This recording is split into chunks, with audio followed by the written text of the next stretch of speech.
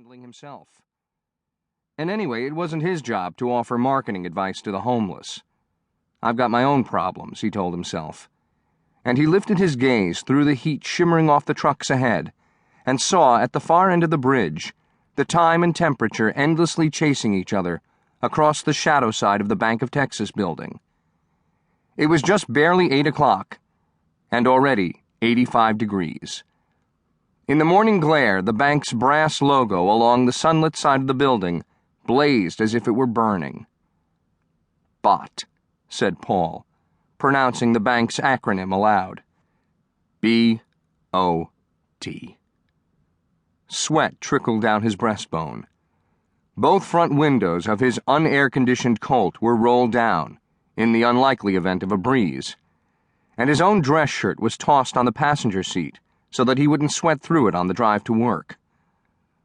A racket, like someone violently battering a cookie sheet, came from the undercarriage of his unevenly idling car and was reflected back at him by the enormous neon-blue trooper to his left.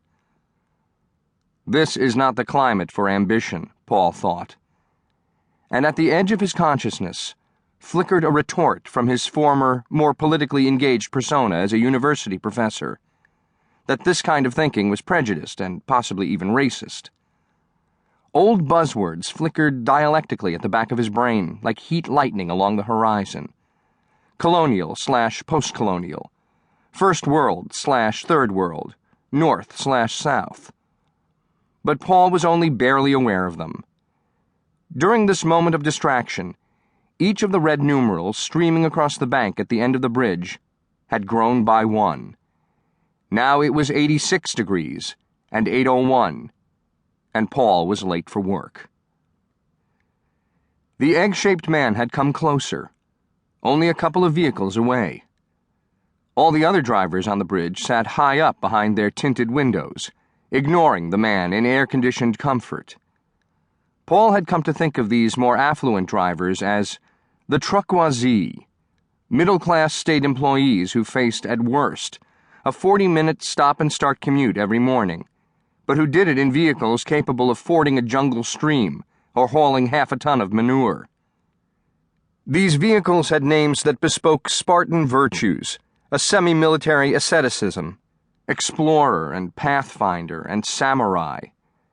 But within, even in the cabs of the pickup trucks, the vehicles were as comfy as suburban living rooms, where the truckwazi drank from huge plastic flagons of specialty coffee, talked on their cell phones, and listened to hyperventilating drive-time DJs on the radio, or best-selling self-help books on tape. Paul's own tape player had long since choked to death on a cassette of Jan and Dean's greatest hits, stuck at last on the screeching tires of Dead Man's Curve. And the FM band on his radio no longer worked, leaving him with only the shrill democracy of AM, jam and oldies, Tejano accordion music, and Dr. Laura. At this moment he waited with the radio off, his car noisily juddering itself to pieces beneath him, and he sat smelling exhaust, his own sweat, and the nitrous aroma of batshit rising off the sluggish green river below.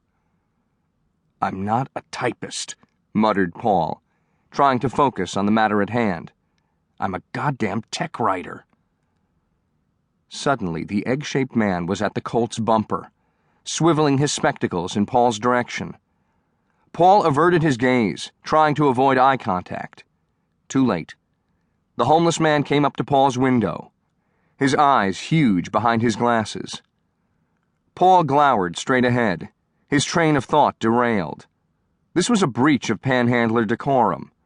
The way it was supposed to work was you waggled your sign if you had one, and scowled in a guilt-inducing manner. The object of your attentions ignored you, you moved on.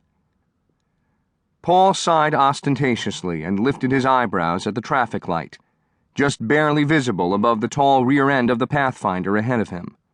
Still red. Over the stink of exhaust and hot metal, he was certain he could already smell the homeless man's riparian scent. But for the heat, Paul would have rolled up his window. Don't meet his eye, Paul told himself. Pretend he isn't there. But now Mr. Egg was bent at Paul's window, like a highway